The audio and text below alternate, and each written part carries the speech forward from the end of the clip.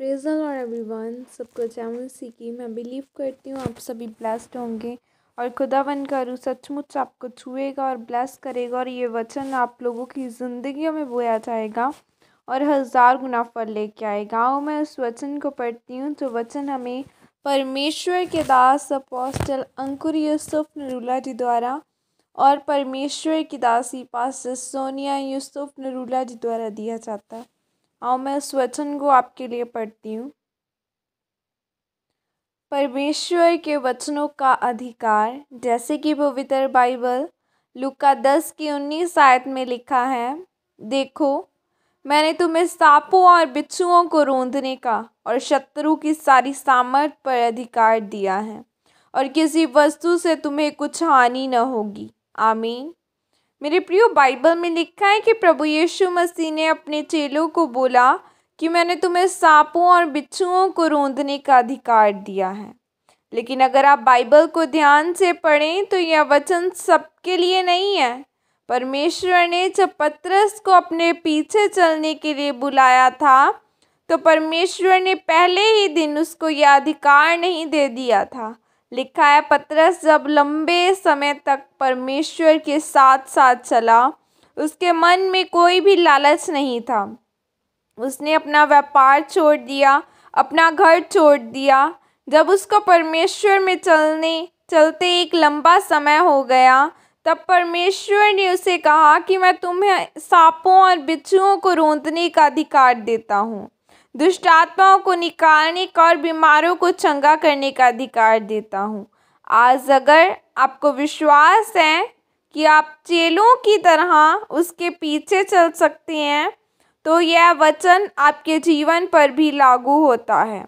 आप बाइबल को रोज़ पढ़ सकते हैं, आप आज्ञाओं को मान सकते हैं, लेकिन आपको यह बात पता होनी चाहिए कि सब कुछ आपको परमेश्वर के साथ संबंधों पर निर्भर करता है। मेरे प्रियो, बाइबल में कहीं नहीं लिखा है कि दाऊद को अभिषिक्त होने के लिए चुना जाएगा, पर यह लिखा था कि यशायाह का बेटा चुना जाएगा। परमेश्वर यशायाह के बड़े बेटों को परख चुके थे, लेकिन वो परख में अयोग्य निकले। इसलिए इस बात में परमेश्वर ने इस बात को शमूएल नबी पर प्रकट कर दिया था। अगर उनको सेना में कुर्सी मिल गई थी तो यह फल नहीं था, पर कुर्सी पर रहते पाप न करना, रिश्वत न लेना, प्रार्थना में रहना, व्यवस्था पर ध्यान लगाए रहना, यह फल है। और परमेश्वर जब दाऊद के पास आए तो उन्होंने देखा कि हाँ, इसकी ज़िंदगी में फल है, इसकी ज़िंदगी में नतीजा है, इसने मेरे नाम को महिमा दी। भेड़ बकरियों को चराते हुए भी यह पाप में नहीं रहा। और बाइबल में लिखा है कि परमेश्वर ने शमूएल से कहा कि यहाँ कि यही है जो दाऊद, इसे राजा होने के लिए उसका अभिषेक कर।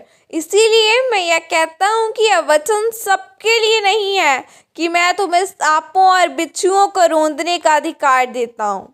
लिखा है कि जो विश्वासी है वो दुष्ट आत्मा को निकालेगा, और आप विश्वासी हैं या नहीं ये आपके कामों से पता चलता है, क्योंकि एक सच्चा विश्वासी अपने जीवन की कोई भी परिस्थिति को अपने ऊपर प्रभावित नहीं होने देता, और जो लंबे समय तक बिना किसी लालच के परमेश्वर के साथ चलता है। जब प्रार्थना का उत्तर आए तब भी, और जब प्रार्थना का उत्तर ना आए तब भी परमेश्वर में अड़ा और खड़ा रहता है। और लिखा है कि जब आपके संबंध परमेश्वर के साथ मजबूत होते हैं और जब आप परख में खरे निकलते हैं तो परमेश्वर आपको सांपों और बिच्छुओं पर, दुष्ट आत्मा और बीमारियों पर भी अधिकार देते हैं। आमीन।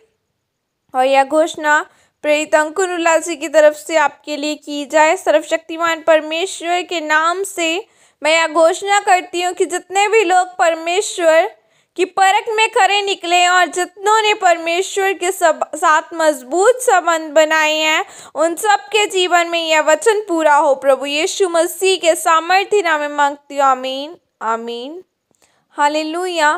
खुदावन के वचन में अड़े और खड़े रहें, विश्वास के साथ अड़े और खड़े रहें। और हर एक वचन हर एक विश्वासी के लिए नहीं है।